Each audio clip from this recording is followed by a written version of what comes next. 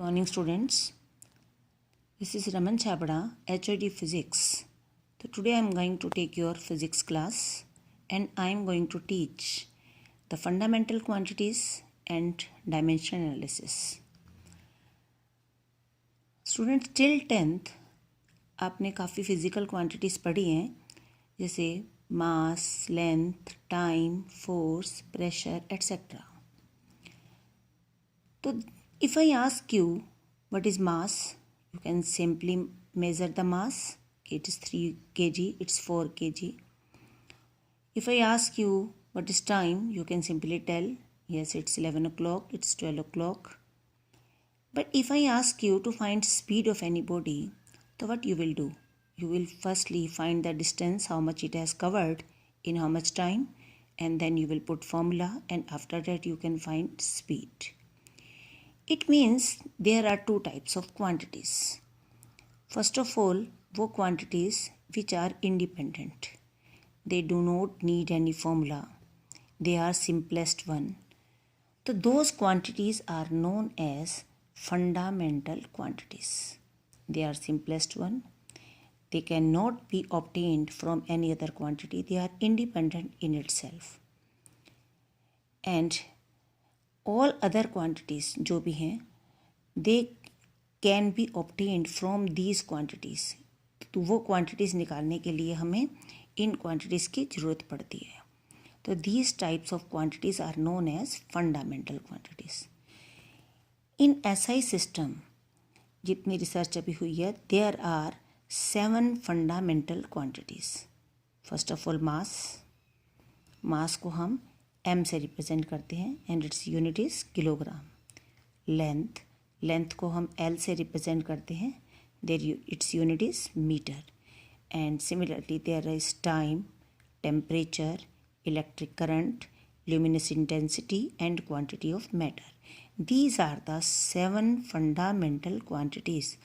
बाकी जो भी quantities हैं, they depend upon these fundamental quantities. And temperature को हम K से रिप्रेजेंट करेंगे, करंट को हम A से रिप्रेजेंट करेंगे, एम्पियर होती है, एंड ल्यूमिनस इंटेंसिटी को CD से, और क्वांटिटी ऑफ मैटर को MOL, मोल से रिप्रेजेंट करेंगे.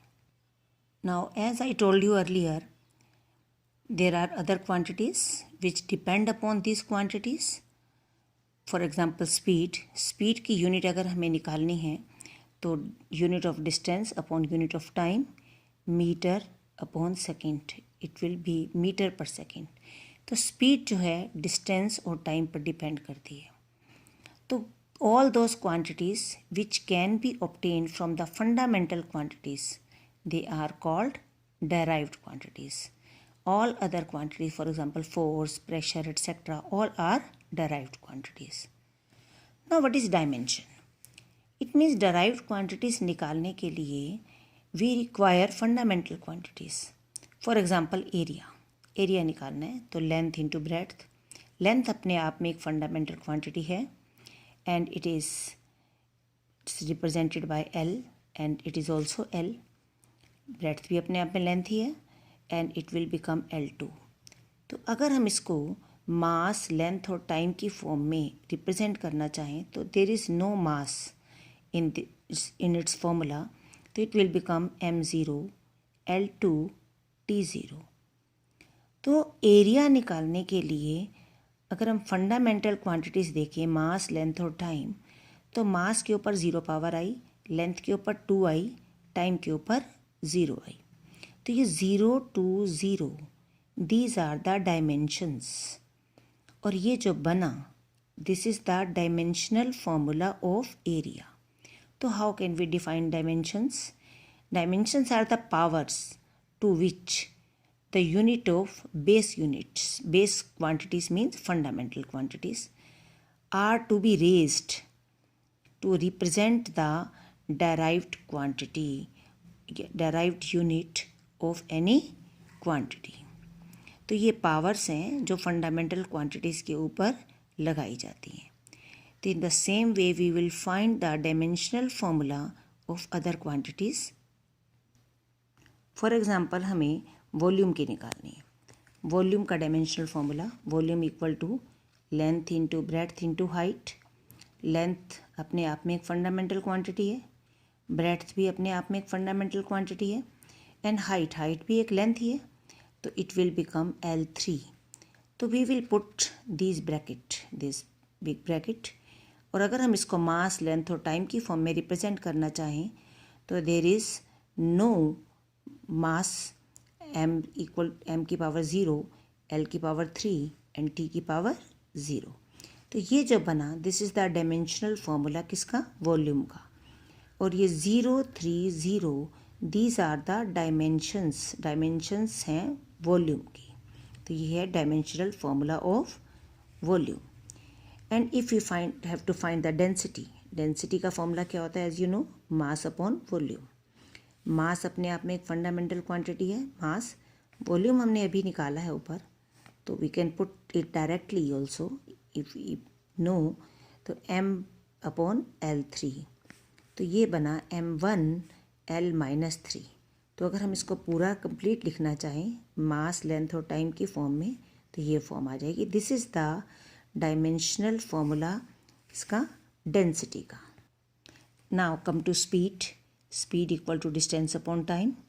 डिस्टेंस अपने आप में क्या है, लेंथ, लेंथ और ये टाइम, तो इट विल बिकम L1T-1। तो अगर हम इसको मास, लेंथ और टाइम की फॉर्म में लिखना चाहें तो इट विल बी दिस। तो this is the dimensional formula किसका, स्पीड का। सिमिलरली वेलोसिटी, वेलोसिटी में डिस्टेंस की जगह क्या आ जाता है, डिस्प्लेसमेंट, तो फॉर्मूला सेम रहेगा। एक्सेलरेशन, एक्सेलरेशन किसके इक्वल होता है, change in velocity upon time. Change in velocity है, but we will put the dimensions of the velocity upon time, and ये हो जाएगा L1T-2 और m0L1T-2। Now force, force equal to mass into acceleration. तो m1 और ये acceleration का dimensional formula, और ये बन जाएगा m1L1T-2। स्टूडेंट्स, अगर आपको फोर्स तक की डायमेंशंस लर्न होती हैं तो we can find other dimensions by using these dimensions. For example pressure, pressure equal to force upon area. Force की अगर हमें डायमेंशन लर्न है तो we can simply put, otherwise we can find, तो that will be m1L1T-2 upon L2 and it will be m1L-3T-2। तो बाकी dimensions हम next lecture में करेंगे। Thank you.